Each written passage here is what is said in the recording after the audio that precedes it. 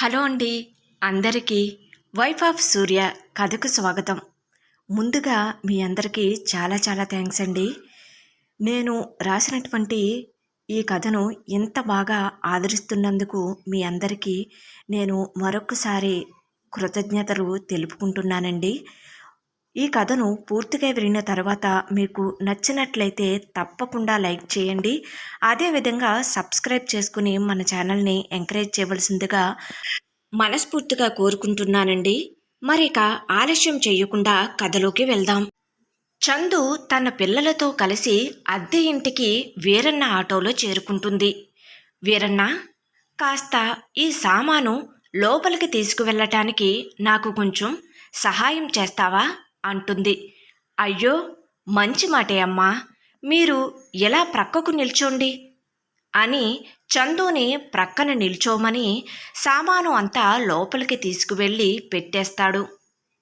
అతడు బయలుదేరుతూ ఉండగా చందు ఆటో ఛార్జీకి అదనంగా మరికొంత డబ్బును కలిపి వీరన్నకు ఇస్తుంది.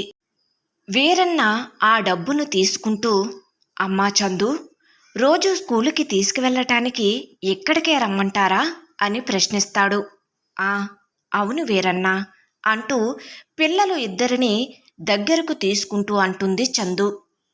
ఒకటి మాత్రం చెప్పగలను తల్లి, ఇన్ని సంవత్సరాల మీ గురించి తెలిసిన వాడిగా మీరు ఏ నిర్ణయం తీసుకున్నా అది బాగా ఆలోచించే తీసుకుంటారని నాకు తెలుసు తల్లి అని అంటాడు.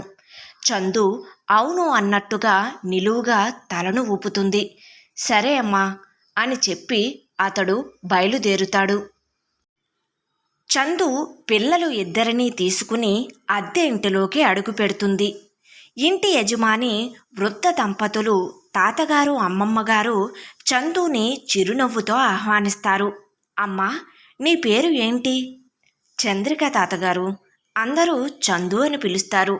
అలాగే పిల్లల పేర్లు కూడా అడిగి తెలుసుకున్న తాతగారు, అమ్మా చందు, నువ్వు మా ఇంటికి వచ్చినందుకు చాలా సంతోషంగా ఉంది అంటాడు అతడు. నువ్వు మా ఇంటికి వచ్చినందుకు మా ఇల్లు కలకలలాడుతుంది తల్లి. నీ పిల్లలు కూడా చాలా ముద్దుగా ఉన్నారు. ఎలాంటి సహాయం కావాలన్నా మమ్మల్ని అడగవచ్చు అంటుంది అమ్మమ్మగారు.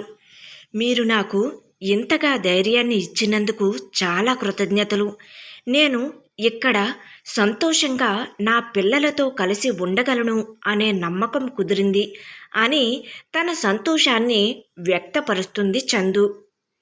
ఆ ఇల్లు చిన్న వీధిలో ప్రశాంతమైన పరిసరాలలో ఉంటుంది. ఇంటి ముందు చిన్న తోట రంగురంగుల పూలతో అందంగా కనిపిస్తుంది. ఇంటి ముందు ఉన్న చిన్న వరండాలో ఒక కుర్చీ, ఒక టేబుల్ ఉన్నాయి.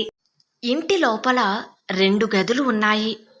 ఒక గది వంటగదిగాను, మరొక గది పడక గదిగాను ఉపయోగించుకోవచ్చు.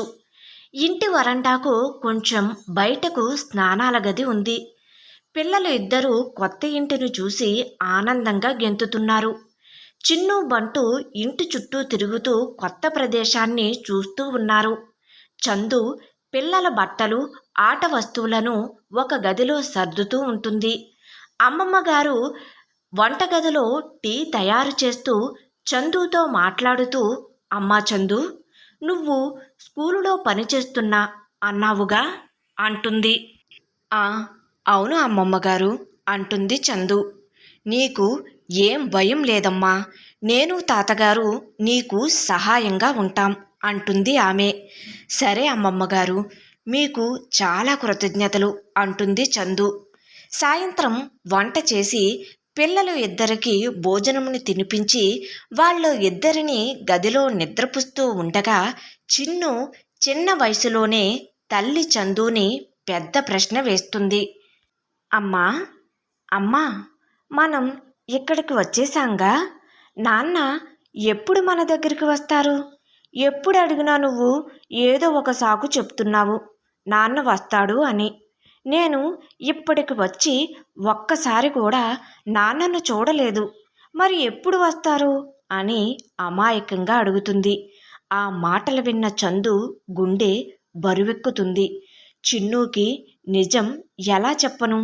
తన తండ్రి ఇక ఎప్పటికీ రాడని ఎలా చెప్పను? తను ఇంత చిన్న వయసులోనే ఇంత బాధను ఎలా భరించగలదు?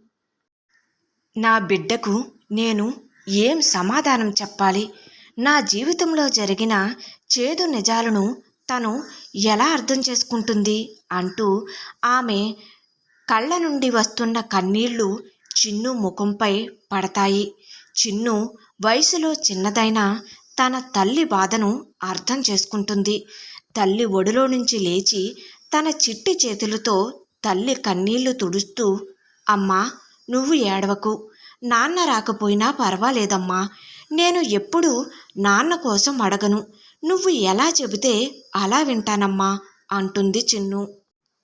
అవును అమ్మా, ఐ లవ్ యూ అంటాడు బంటు ముద్దు ముద్దుగా.